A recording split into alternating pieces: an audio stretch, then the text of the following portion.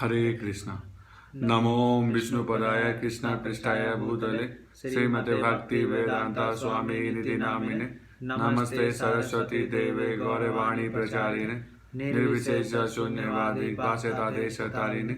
जय श्री कृष्ण चैतन्य प्रभु नित्यानंद श्री अद्वैत गदाधर श्रीवासादि गौर भक्त वृंदा। हरे कृष्णा कृष्णा कृष्णा हरे हरे, हरे Ram Ram Ram Hare Hare. Yesterday we have covered till verse number 40, and today we are going to start from 41, and it will end up at 46 where chapter 1 will complete. So yesterday we have gone through like when irreligion is improminent in the family. Oh Krishna, the moment of the family become corrupt and form the degradation of womanhood. So they are like Varnashram Dharma was getting destroyed. So we have discussed something about that. So today we are going to start with verse number 41. So that is Shankaro Narkaya Vekulanganam Kulasya Patanti Pitro Hosham Lupta Pindo Dakya. When there is increase of unwanted population, a hellish situation is created both for the family and for those who destroy the family tradition. In such corrupt families, there is no offering of oblations of food and water to the ancestors. So, what's the purport of this verse? According to the rules and regulations of fruitive activities, there is a need to offer periodical food and water to the forefathers of the family. This offering is performed by worship of Vishnu because eating the remnants of food offered to Vishnu can deliver one from all kinds of sinful actions. Sometimes the forefathers may be suffering from various types of sinful reactions, and sometimes some of them cannot even acquire a gross material body and are forced to remain in subtle bodies as ghosts. Thus, remnants of prasadam food are offered to forefathers by descendants. The forefathers are released from ghostly or other kind of miserable life. Such help rendered to forefathers is a family tradition, and those who are not in devotional life are required to perform such rituals. One who is engaged in the devotional life is not required to perform such actions. Simply by performing devotional service, one can deliver hundreds and thousands of forefathers from all kinds of misery. It is stated in the Bhagavatam. Deva Sri Bhupata Narm Pitranam Na Kinkaro Narmani Na Sarajan Sarvatmaya Saranam Saranam Gato Mukundam Pariharta Kartam. So this sloka, it is mentioned in the Bhagavatam, like if you are a complete devotee, you are surrendering to the God, you are having the pure soul. So directly, so you are satisfying the soul of hundreds and thousands of your forefathers, your ancestors. So you are serving the food to them and doing everything for them. So like, what's the meaning of this one? This sloka, so like which is mentioned in the Bhagavatam. So anyone who has taken shelter of the lotus feet of Mukunda, the giver of liberation, giving up all kinds of obligation, and has taken to the path in all seriousness, obeys neither duties nor obligations to the demigods, sages, general living entities, family members, humankind, or forefathers. Such obligations are automatically fulfilled by performance of devotional service to the Supreme Personality of Godhead. So, what we have to do? Just we have to devote ourselves, we have to dedicate ourselves in devotional service of Lord Sri Krishna. Verse number 42. दोष रतय कुलगानाम वर्ण संकर कारिक उत्सादन्ते जाति धर्म कुल धर्म से शाश्वत. Due to the evil deeds of the destroyers of family tradition, all kinds of community projects and family welfare activities are devastated. So the purport of this verse, the four orders of human society combined with family welfare activities as they are set forth by the institution of the Sanatan Dharma or Varnashram Dharma are designed to enable the human being to attain his ultimate salvation. Therefore, the breaking of the Sanatana Dharma tradition by irresponsible leaders of society brings about chaos in that society, and consequently, people forget the aim of life. Vishnu. What's the aim of our life? Lord Krishna, Vishnu. He is the aim of our life. Such leaders are called blind, and persons who follow such leaders are sure to be led into chaos. So, we should not break our dharma, Sanatana Dharma, or Varnashram Dharma. So these are designed for us. We have to follow this into our society so that we can get the real devotion, real blessings of Lord. So we have to stick with this, and also we need to spread this all and teach this all to preach this all with all our members, all the people who are into the society, so they can also come to the right path if they are deviating and misguiding from this. Now the next verse is verse number 43. Utsana kulan dharmana manusyanam janardana narke niyatam vaisho bhavati tena shruma.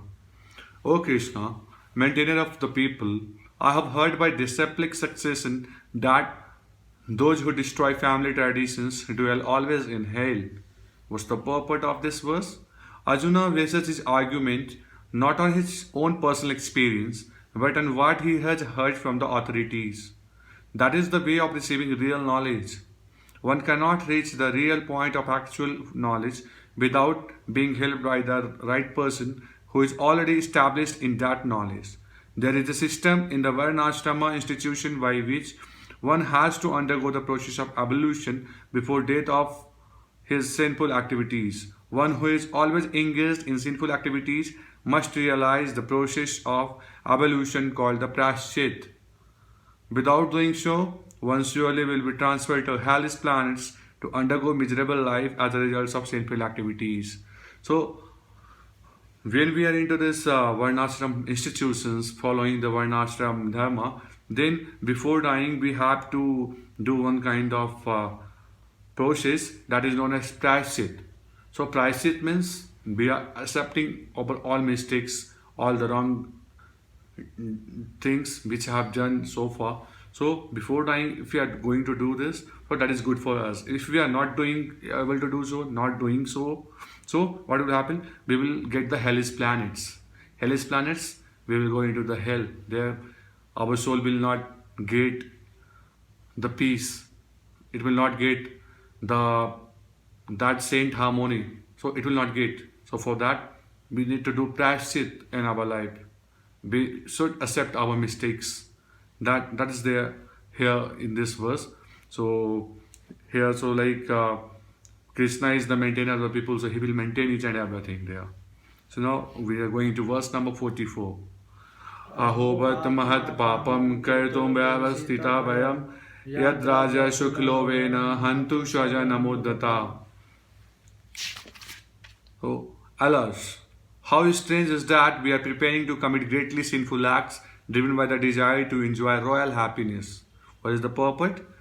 Driven by selfish motives, one may be inclined to such sinful acts as the killing of one's own brother, father or mother. There are many such instances in the history of the world, but Arjuna, being a saintly devotee of the Lord, is always conscious of moral principles and therefore take care of avoid such activities. So look at Lord Krishna. So how pure devotee he is, how surrendering soul he is. So he is not thinking of anything about any greediness and any other the opponent's properties, their brothers and all. So he is involved into the Krishna consciousness. He is he is into that kind of consciousness. So where is not thinking of killing his own brothers and his family members. But that kind of devotion he is having. So he is just sticking with the moral principles of the devotion. So that should be there actually inside a pure devotee. So that thing we need to learn. So that is there in this verse. So now going with the next verse, that is second last verse, 45 number of this chapter 1, observing the armies on the battlefield of Kurukshetra. So verse number 45.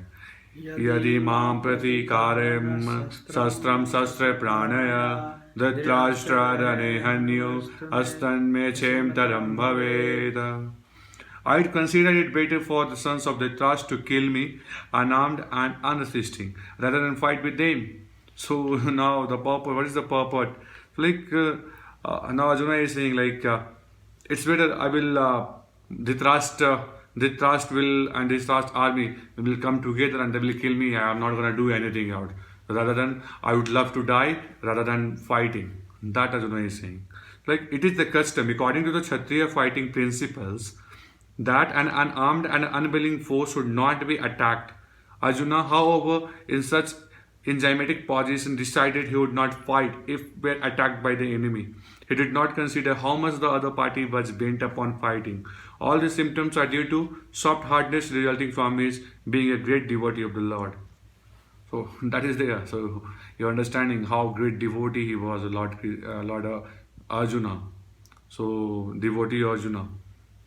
So now the verse number 46, it is the last verse of this chapter, and here Sanjay is telling, Sanjay uvacha eva mukta varjuna sankhe ratopasta upavista vistija sasaram chapam sokasam vigremanasa. So Sanjay said, Arjun, having thus spoken on the battlefield, cast aside his bow and borrowed and sat down on the chariot, his mind overwhelmed with grief. So the purport of this verse, while observing the situation of his enemy, Arjuna stood up on the chariot, but he was so afflicted with lamentation that he sat down again. He stood up and again he sat down again.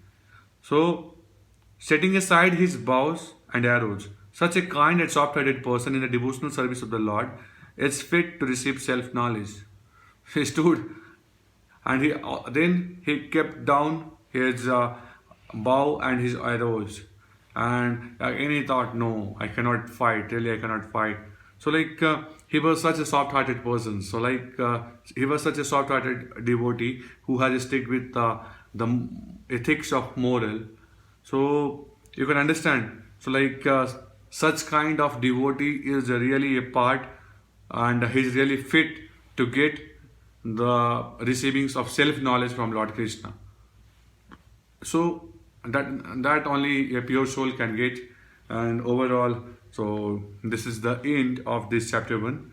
So thus ending the Bhaktivedanta purports to the first chapter of the Srimad Bhagwad Gita in the matter of observing the armies on the battlefield of Kurukshetra. So this is the end, and in the coming chapters, chapter number 2, we are going to start with the contents of the Gita summarized. So there Sanjay is saying tam tatha kirpya vishram shurna purna kulekshanam visidanta medim vakyam uvacha madhusudana. So Sanjay is saying here in chapter number 2, seeing Arjuna full of compassion and very sorrowful, his eyes brimming with tears, Madhusudan, Krishna spoke the following words. So that's all. Will we go with the purport and meaning in the coming chapters? Means tomorrow we are going to start with this. And today this is the end from our side. And today chapter 1 is finished. That's it from Hare Krishna.